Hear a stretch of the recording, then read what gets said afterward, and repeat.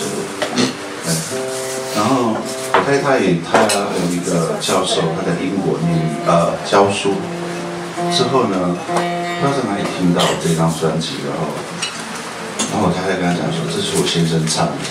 说啊好，那你能不能给你买一张，然后寄去英国，然后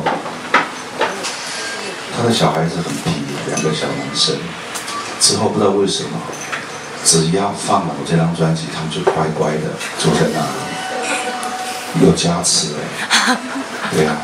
那么关系有吗？有那种迷音在这个专辑里面吗？我小孩子特别乖哦，真的假的？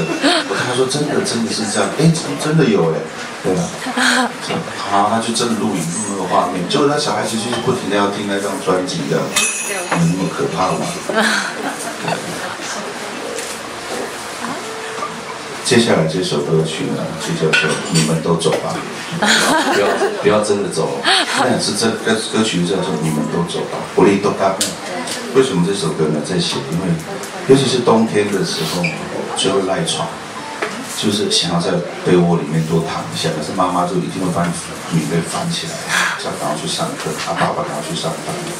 对啊，上学迟到，然后务农的人呢，就是懒惰的打瞌睡，然后水牛就把那个羊毛全部都啃光了。对，就是这首歌在写的，上班的赶快去上班，不要再偷懒，就是无累斗，就是去吧，你们都走吧，对吧？